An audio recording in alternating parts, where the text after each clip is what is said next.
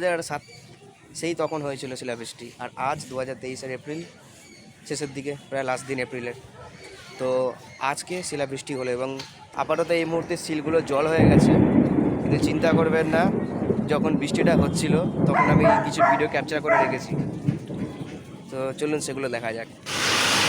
Hello everyone, তো আমাদের এখানে আজকে হেভি রেন হচ্ছে এবং তার সঙ্গে সিল পড়ছে, শিলাবৃষ্টি হচ্ছে, সিল পড়ছে। এই দেখুন আইস কিউব, এগুলো দেখতে তো খুবই ভালো লাগছে। প্রচুর সিল পড়ছে, প্রচুর। এই দেখুন, এই দেখুন, এই দেখুন, এক্সপিরিয়েন্স রিয়েলি অসাম। আমার ছাদের মতো জমে যাচ্ছিল, ছাদের মতো পড়লে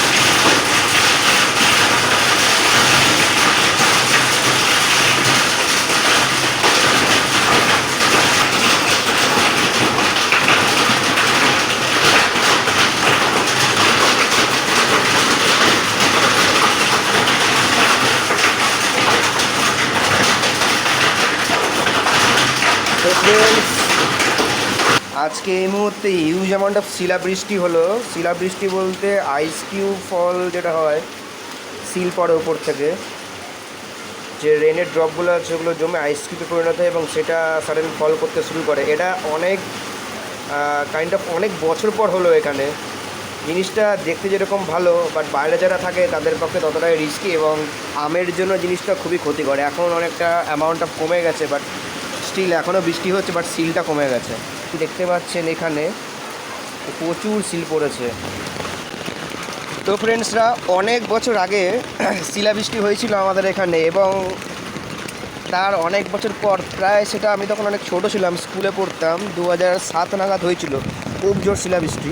এবং ছাদ থেকে আমার এখনও মনে আছে মানুষে কোদাল দিয়ে দিয়ে সিল ক্লিন করছিল। তো এবারে সেরকম হয়নি, সেই লেভেলের হয়নি, বাট খুব একটা আবার কম। কত সিল কালেক্ট হয়েছে এবং এগুলো গোলে আস্তে আস্তে ছোটো হচ্ছে, বাট সিল অনেক কালেক্ট হয়েছে। দেখুন প্রচুর সিল কালেক্ট করেছি এবং নেচারের থেকে সুন্দর আর কী হতে পারে, নেচারের থেকে সুন্দর আর কিচ্ছু হতে পারে না। আমি যখন এই মুহূর্তে ছাতা নিয়ে ভিডিও করছি ছাদে, পুরো ছোটোবেলার স্মৃতিগুলো মনে পড়ে গেল। খুব দারুণ মেমোরিজ ছিল সেগুলো। দেখতেই পাচ্ছেন প্রকৃতির সিল, প্রকৃতির নিদর্শন। দেখুন প্রকৃতির ক্রিয়েশনের থেকে সুন্দর আর কিছু নেই। তাহলে জলজান্ত উদাহরণ সব কিছুই, তার মধ্যে এটাও একটা পড়ে। খুবই সুন্দর, সত্যি খুবই সুন্দর। আর ছাদের কোণে কোণে এগুলো বেশিরভাগ জমা হয়েছে। অনেক বড় বড়গুলো আগে পড়েছিল, কিছুক্ষণের জন্য বড় বড়গুলো সিল ফল হয়েছিল, বাট এখন আবার ছোটোগুলো পড়ছে। আর তখন বাইরে বেরোনো খুব রিস্কি, কারণ বাই চান্স মাথায় লেগে যেতে পারে, অত বড় বড় সিল মাথায় লেগে যেতে পারে। এবং শিলাবৃষ্টি হওয়ার পর দেখতে পাচ্ছেন মেঘ তো এখনও রয়েছে দিব্যি, হয়তো অন্য জায়গায় বৃষ্টি হচ্ছে, বাট এখানে বৃষ্টি স্টপড হয়ে গেছে দেখতে পাচ্ছেন। এবং খুব সুন্দর একটা এনভায়রনমেন্ট ক্রিয়েট হয়েছে, খুবই সুন্দর। বাট একটা জিনিস খুবই দুঃখজনক ব্যাপার এটা হলো যে এই আমগুলো টিকবে না, এইটা বলে নয়, যেখানে যেখানে শিলাবৃষ্টি হবে সেখানে এই আমগুলোর ক্ষতি হয়ে যাবে এবং এগুলো আমের দাম প্রচুর বেড়ে যাবে, কিংবা নাও পাওয়া যেতে পারে এবছর, হয়তো সব কিছুর ক্ষতি হয়ে গেছে, আম, সবজি, সব জিনিসের ক্ষতি হয়েছে।